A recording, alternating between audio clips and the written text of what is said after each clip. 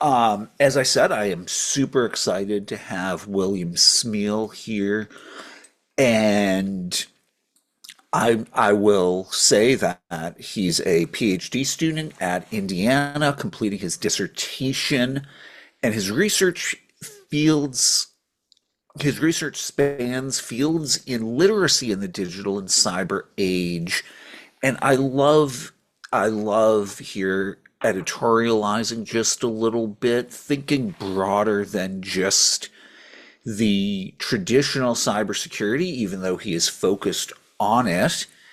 And his interests include phishing resilience and identification, how writing style, language usage, and perceptions of formality and officiality create legitimacy.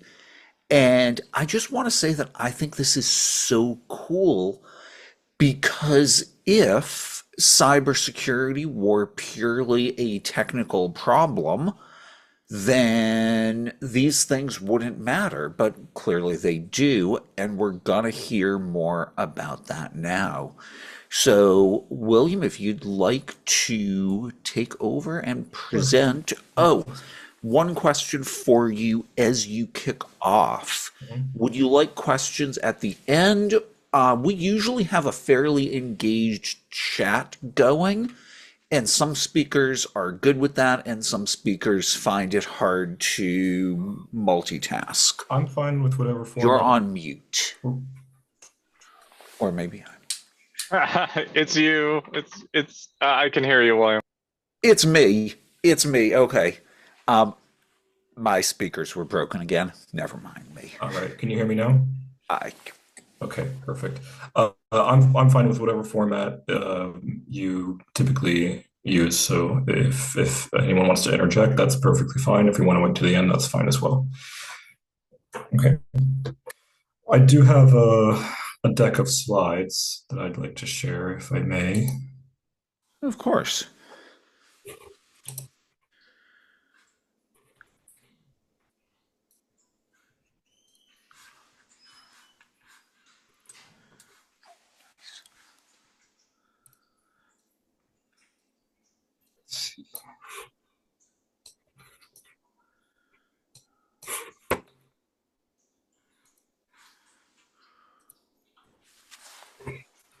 Just bear with me a second. Of course.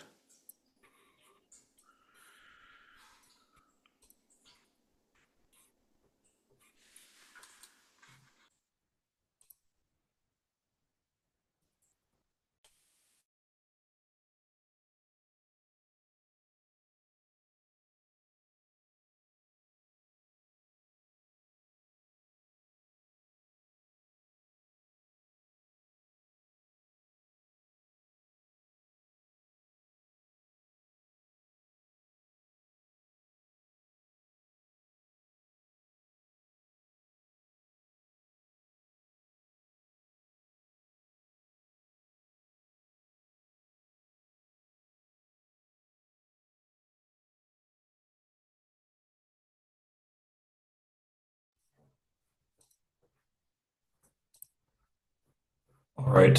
Should be on the screen now. Can you see it? Okay, perfect.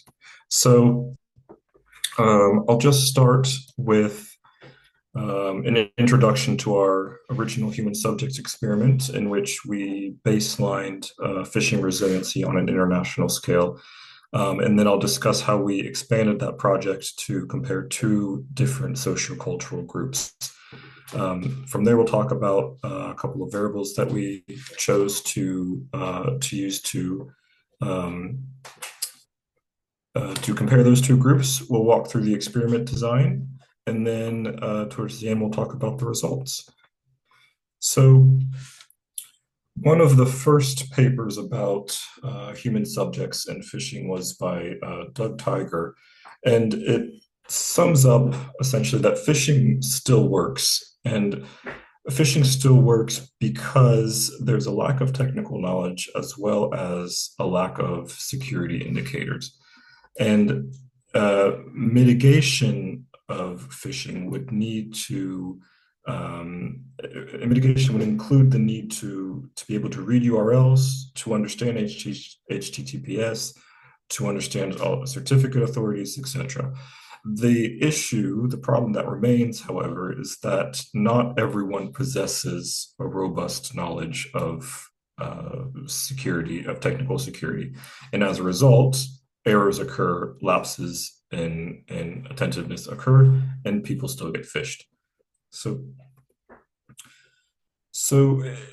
in order to combat phishing and theoretically, ideally, to eradicate phishing, human beings would need to be attentive at all times. We would have to pay attention to every aspect all the time when we're online.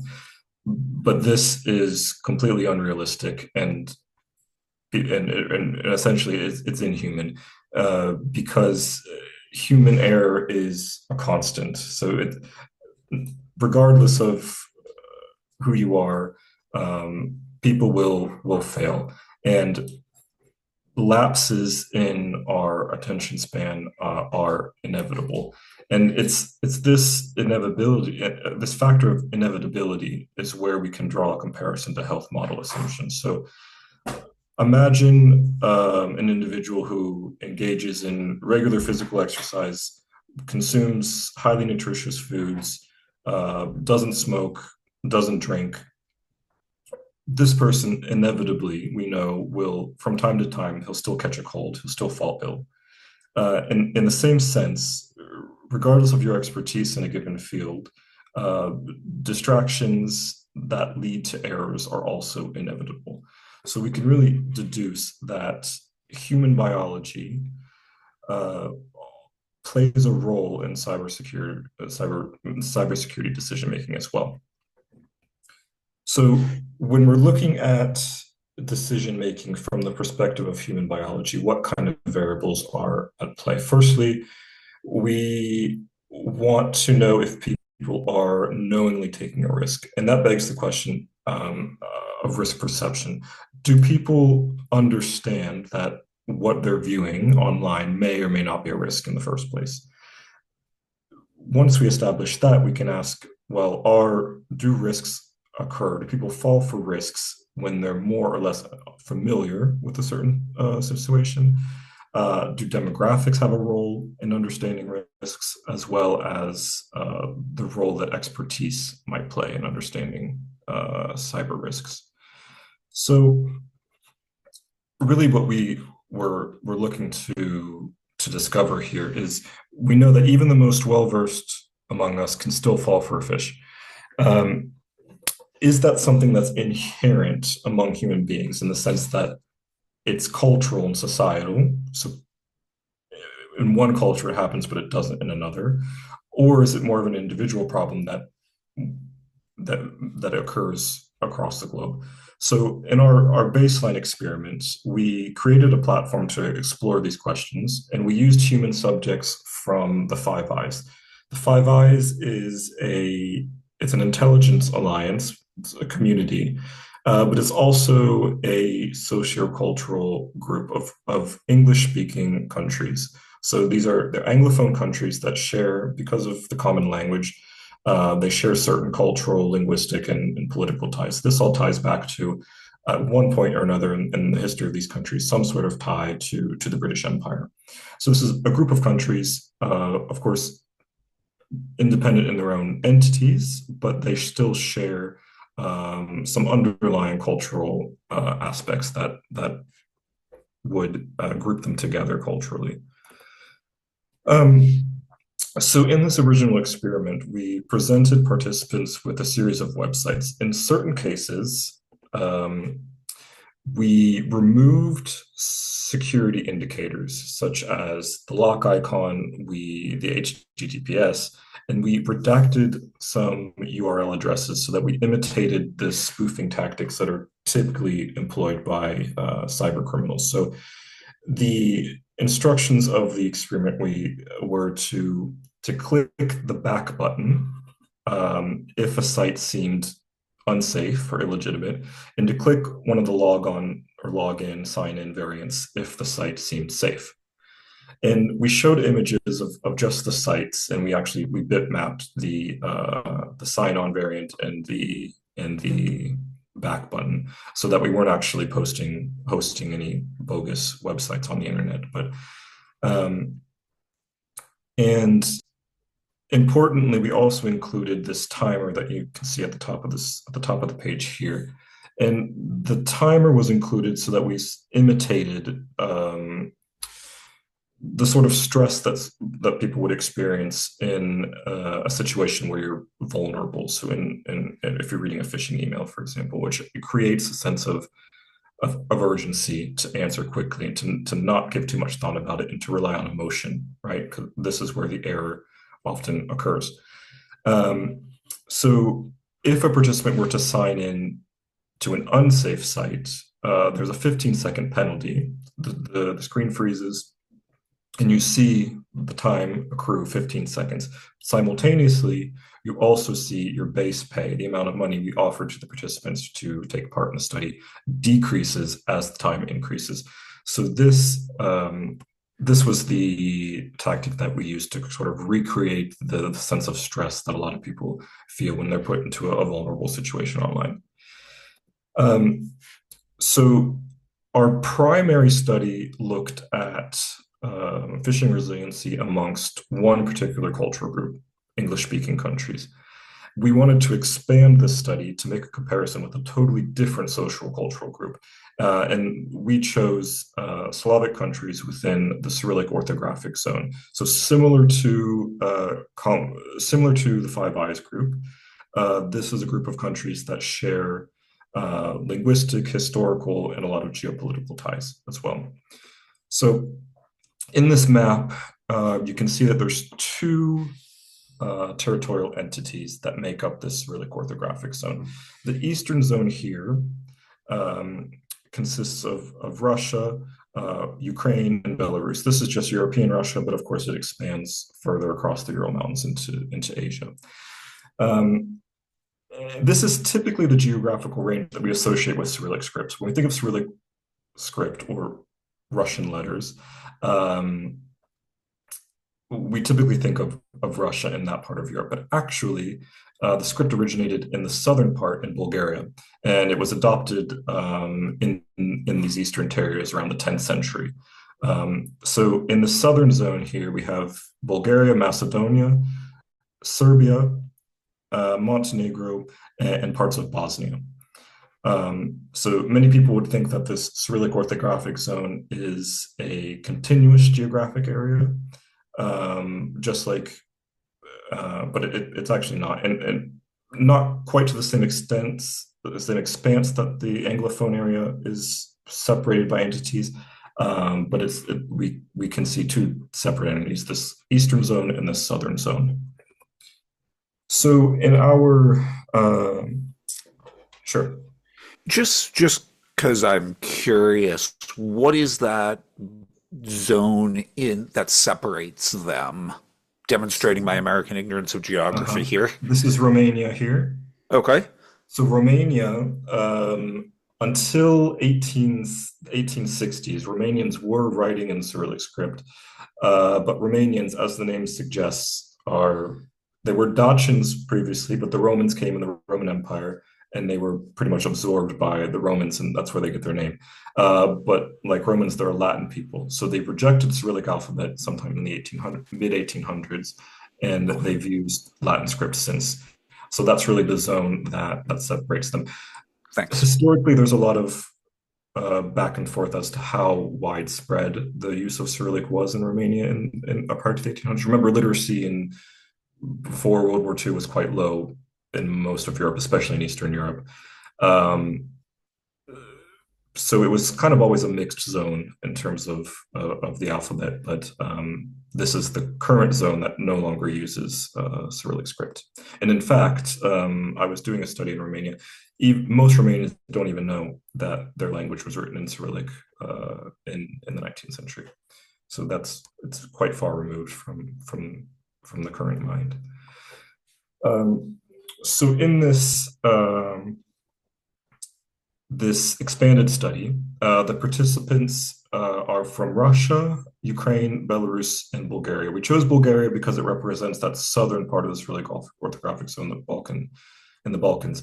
Also, it's the birthplace of Cyrillic script itself, so we thought it was most fitting to include them in the study.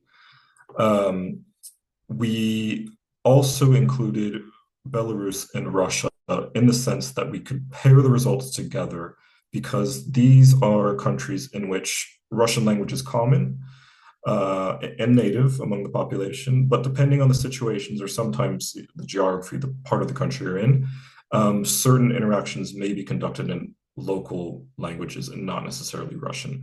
Related languages, but not Russian, not formal Russian itself. So these are Ukrainian language and Belarusian language, which have a common root, but they're separate languages in their own right. So those two groups, Belarus and Ukraine, we combined together as a third bilingual group because depending on the situation, Russian may be the primary language, but it might be secondary.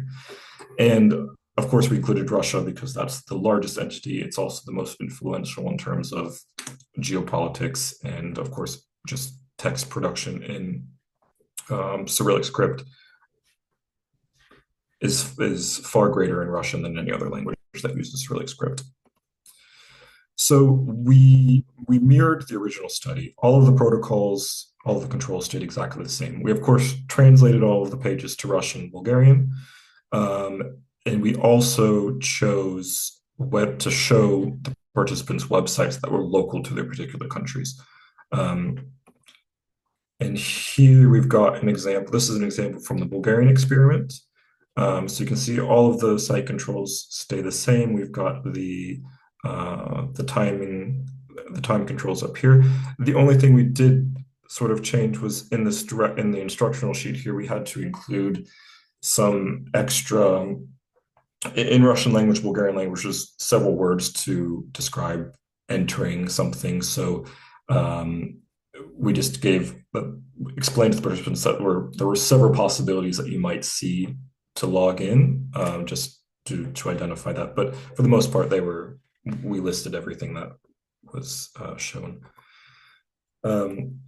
So we translated all of the sites, we showed them local sites, and we repeated the experiment.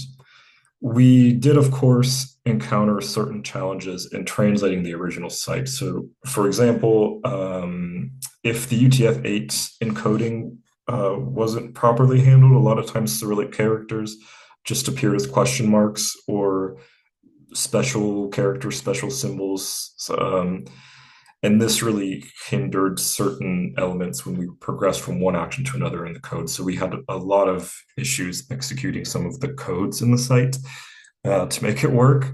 But thankfully, some of my very knowledgeable encoding colleagues at Ludi helped me pass through that. I, on my own, wasn't able to do it, but we have some very talented people that helped us overcome those challenges.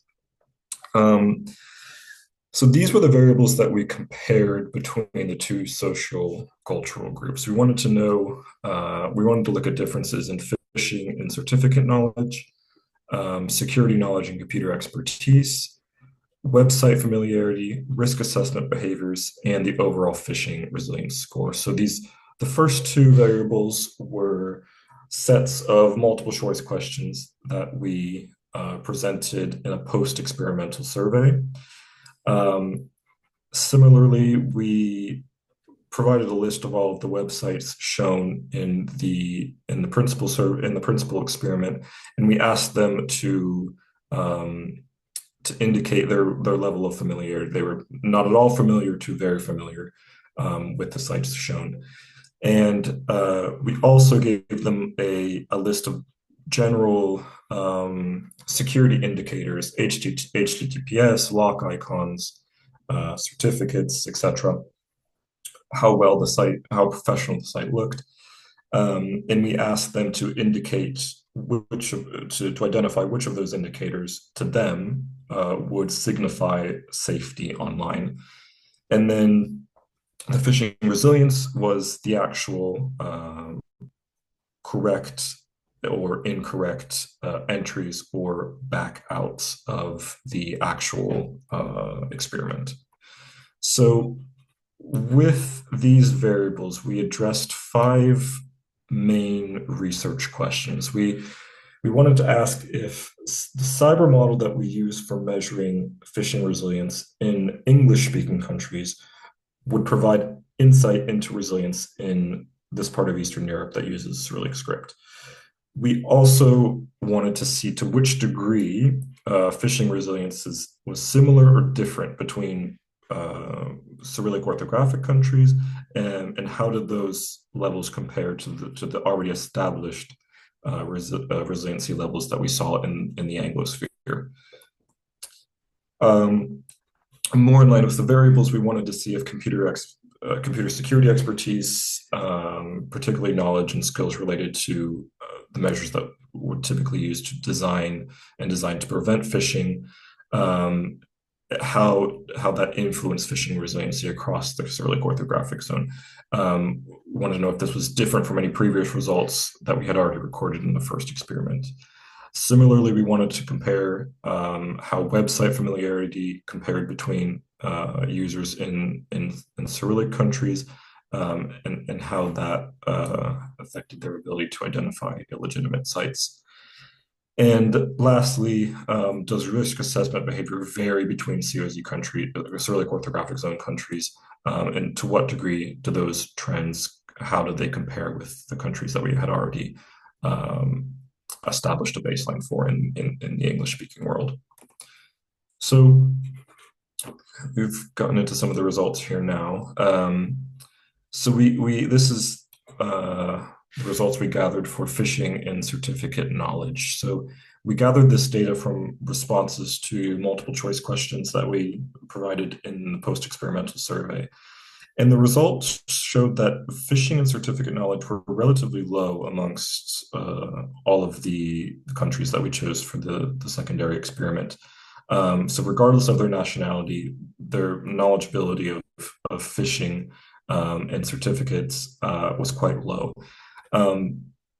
To that extent, there wasn't any significant difference between, when we ran the statistical test, there wasn't any significant difference between the knowledge levels amongst these countries.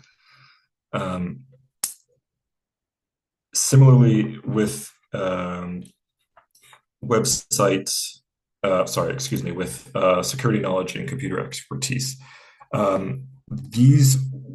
this was not unexpected, but the level of security knowledge across all of the countries that we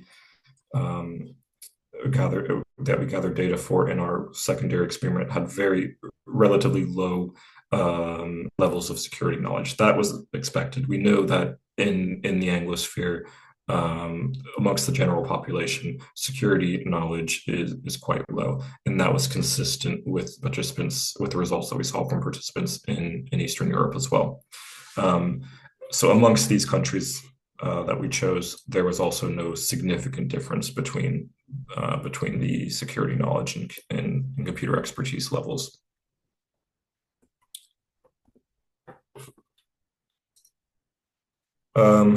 We did get some more interesting results, however, from the website familiarity when we compared to the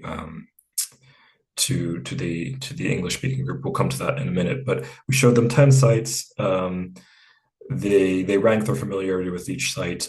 Within the Cyrillic orthographic code itself, there wasn't any statistical difference between countries in terms of their familiarity with the sites. There was some differences in the English group, but this didn't happen in the Cyrillic group. Risk assessment behavior. Here we found some very interesting results as well. These were significantly different between countries. So we do know that HTTPS was the overall, amongst everyone, was the most common indicator of security online. However, lock icon was the second most. However, Bulgarians, for some reason, and this kind of I haven't quite come to a reason as to why yet.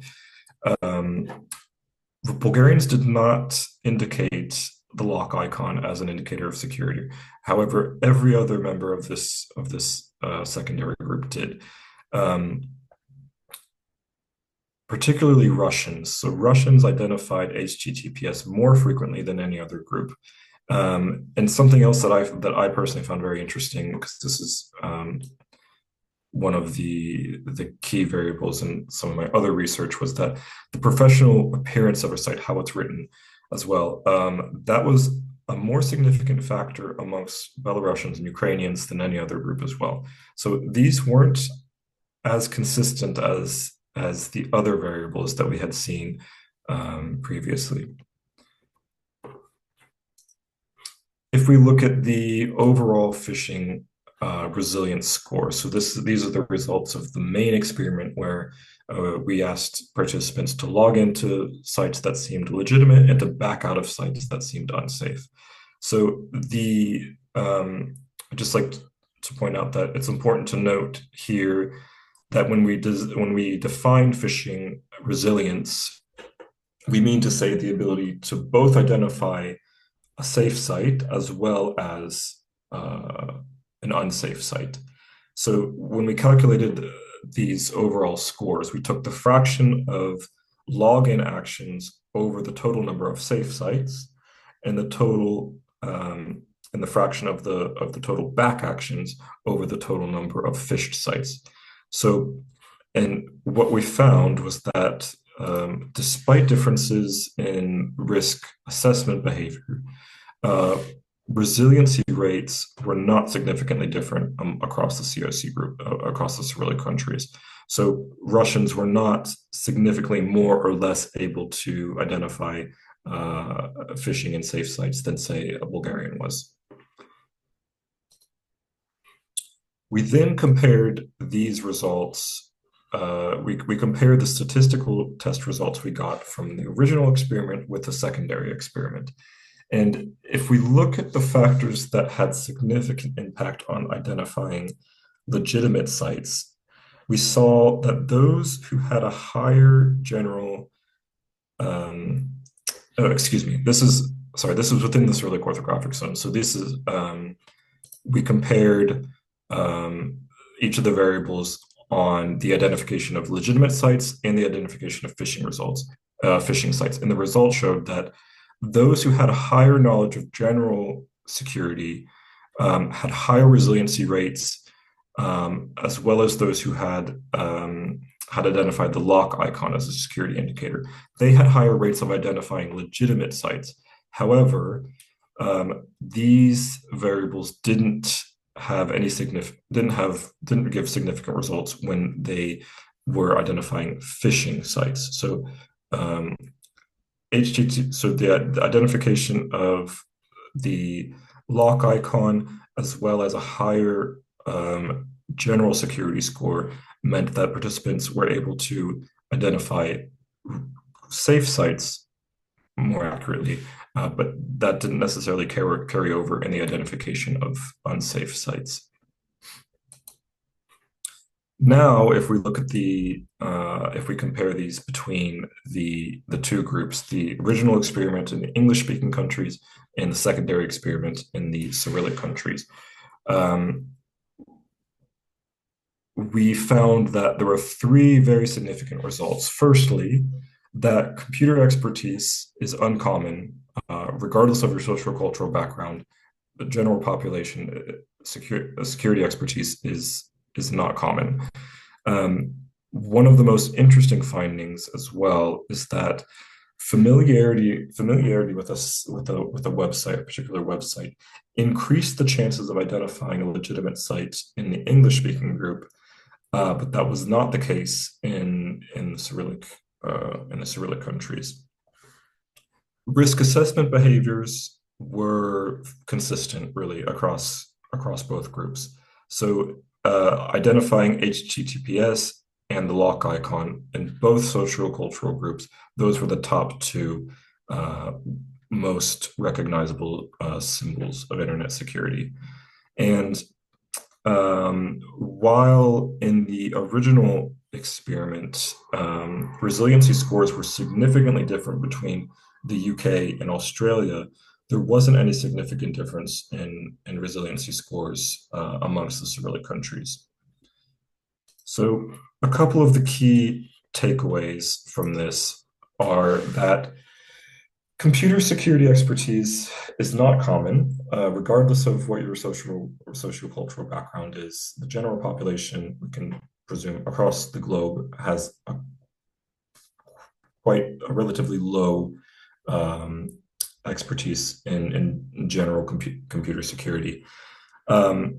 Also, risk assessment behaviors don't vary greatly across different cultural groups. So again, in the English-speaking countries and across the world in Eastern Europe, people identified the same representative symbols of security in the internet.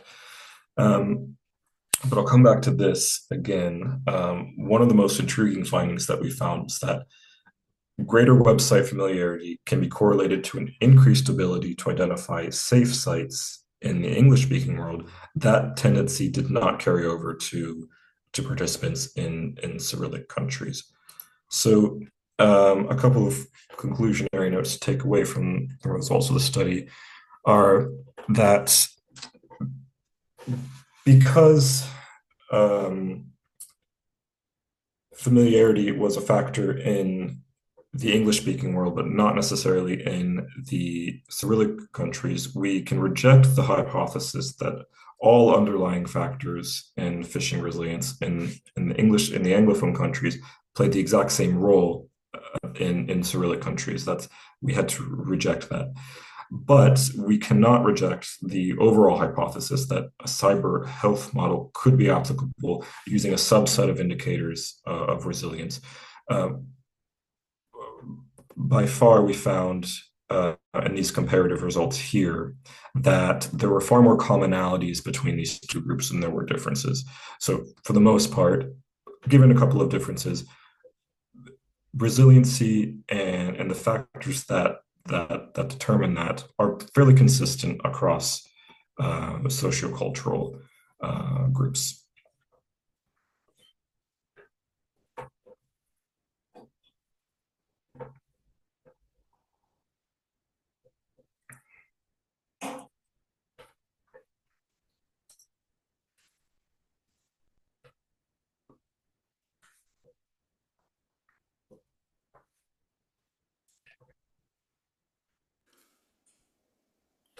William, are you pausing or are you done and ready to take questions? I'm ready to take some questions. Okay, first, thank you very much for a really interesting talk.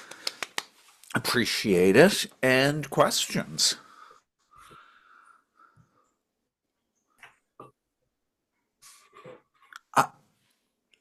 Blake, go ahead.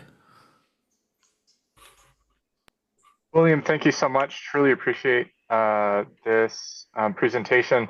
I'm curious as to making sure that I understand the cyber belief model that you're using. I believe you called it the cyber health model. Is that standardized, or does that come back to Adam? Is that bouncing off of your paper's development of the cyber health model? I understand it as a, I don't know if I'm still sharing my screen. I think, yeah, I'm sorry. I understand it as a theoretical basis. So we took it as a theory that we could apply health model to cybersecurity, to problems in cybersecurity, not necessarily as a standardized approach, but a more theoretically. And so the model is the model kind of described inside of the paper that you're developing that like defines the specific variables? I don't Right, think so we saw it in the presentation. the model is the way I try to portray it is that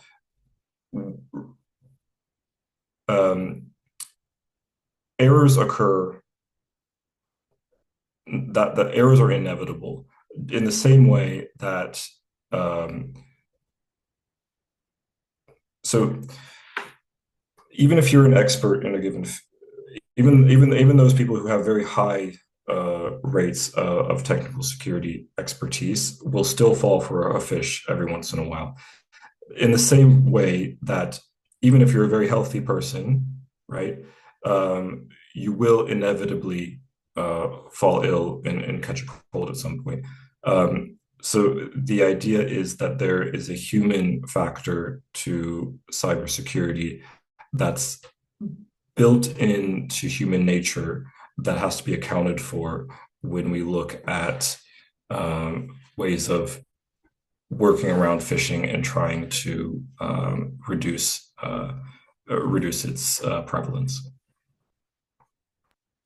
So I guess I'd be fascinated to, when you're finished with your paper, an opportunity to be able to read through that to kind of really understand that model. I recognize we have limited time here because I'm super curious as to how the cybersecurity field is starting to develop these like cyber belief models, cyber health belief models. And then there's also like this really interesting in health, we have this tilt towards homeostasis in humans. Like we have these autonomic processes inside our bodies that defend us against infection constantly. Whereas in cyberspace, we don't have that baked in. Like there's some of that autonomic systems that are trying to protect us, but after it's post and we've talked about this in the past, is you don't know after you've been fished unless you get consequences, Correct. and Yeah, those consequences can be really dangerous. correct. Whereas in an individual who's sick, like me and Adam, we feel it, right? Like there's a sense of something that is happening, but like our body autonomically is taking care of it. We can do some things on the outside, but yeah, there's something there, right? There's something in the automatic security systems that we use can be seen as some kind of immune system, but that's a different conversation for a different day.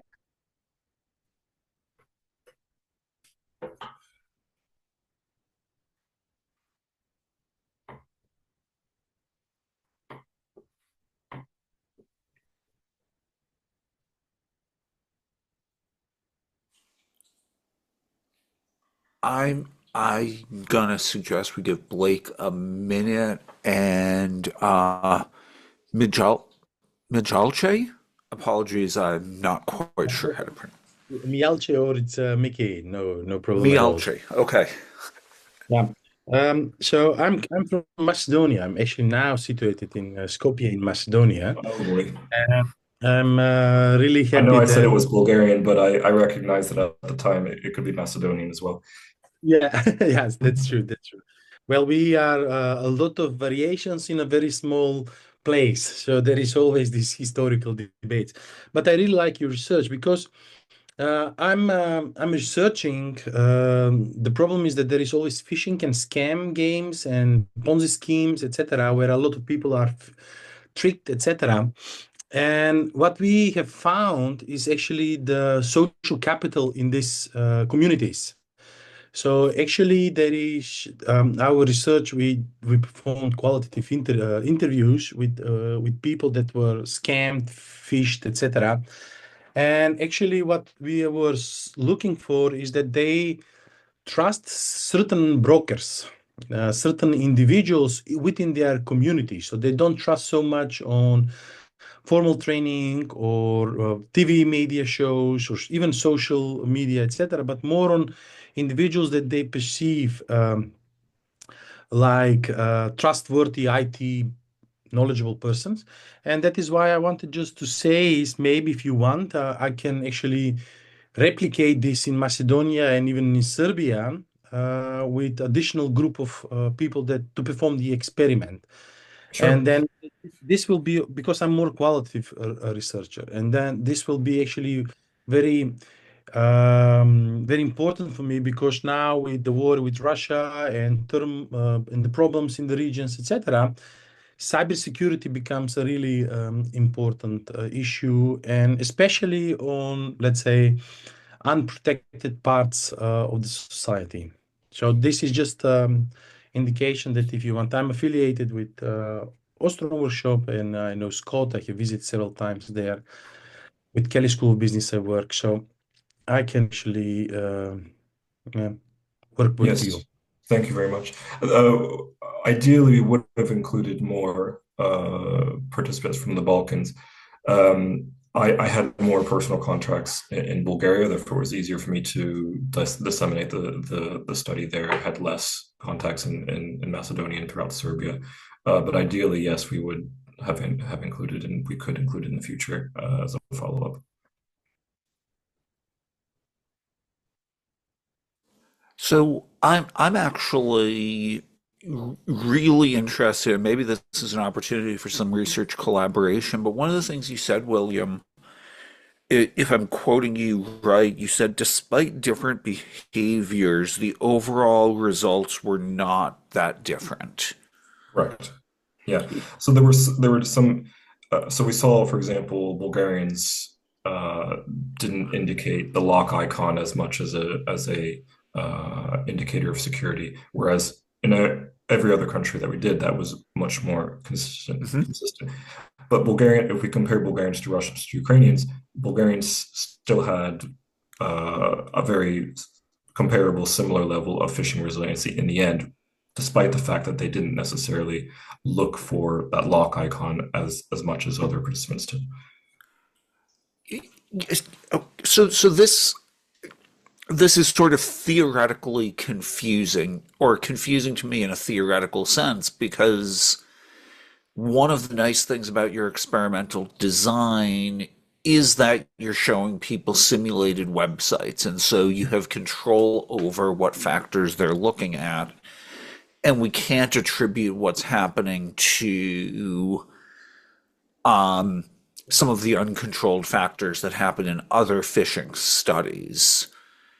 But it's also really weird, and I'm going to use a word that Blake was using in a different context, which is homeostasis, that we end up with the same sort of level of resiliency despite different methodologies. Correct. That I think that's a what's the phrase I want to use? I think that may be one of your most interesting results, even though it was not a hypothesis you meant to check. And if you're going to do follow-up work in a more qualitative way, Mialche, maybe a think aloud sort of study to accompany this sort of work might expose some factors that are leading to that commonality. Yeah, I agree. It was certainly unexpected. But I agree. This idea of homeostasis, a lot of these ideas, such as the homeostasis, came up after the results came out. We weren't totally sure what results we had certain ideas, but we weren't at the beginning sure of how the results were going to play out in the end.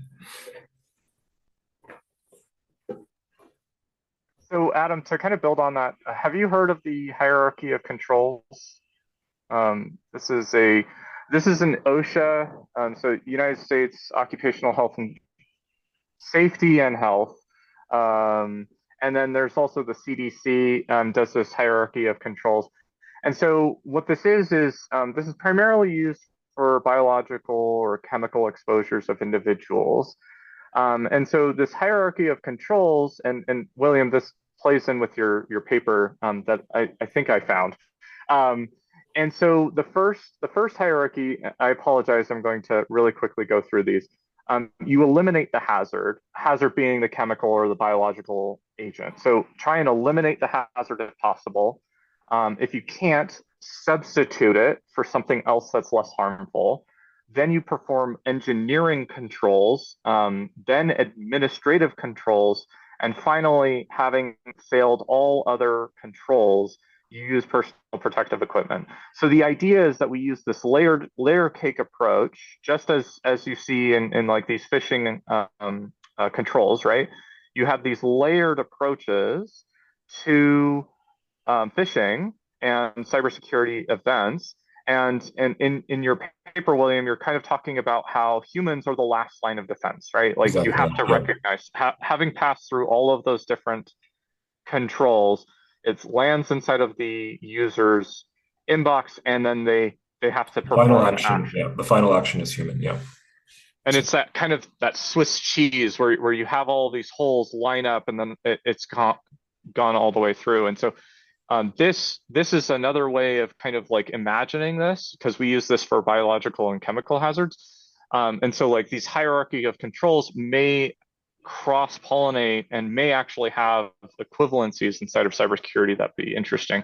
I'm a public health practitioner, so like I have no idea what happens in the cyber space. So like that's why like I'm trying to like pull in and go, ooh, like that's how I kind of see it, is what you're describing.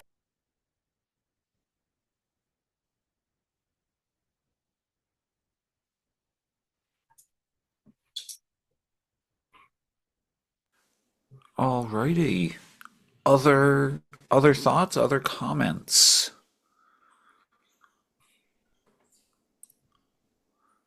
Audrey, go ahead. I think something came in the chat. You may want to check.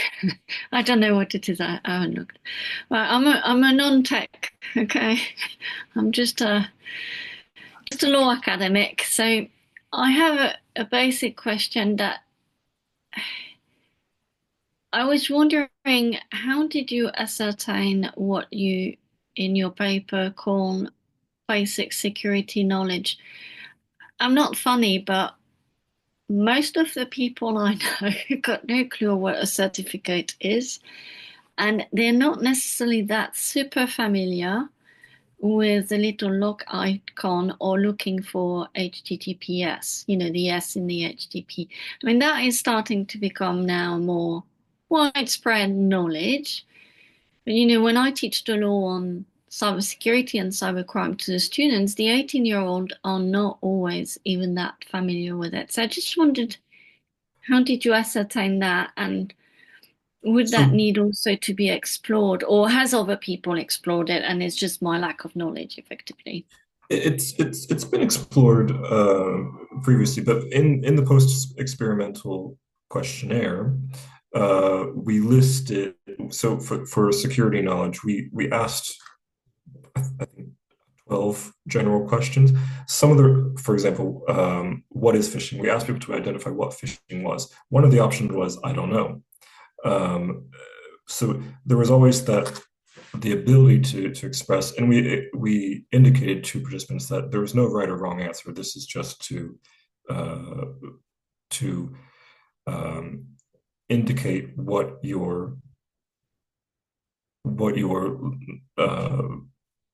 knowledge is about these questions. There was an option to indicate that you didn't know, and we expected across both studies that these scores for general security knowledge would be low, because they are in fact low, as you have witnessed amongst the general population.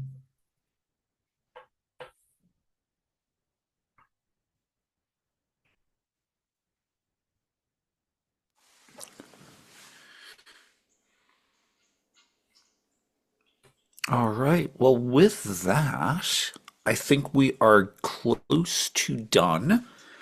I want to mention to everybody that we are now on a nice 9 a.m. on the fourth Thursday of every month.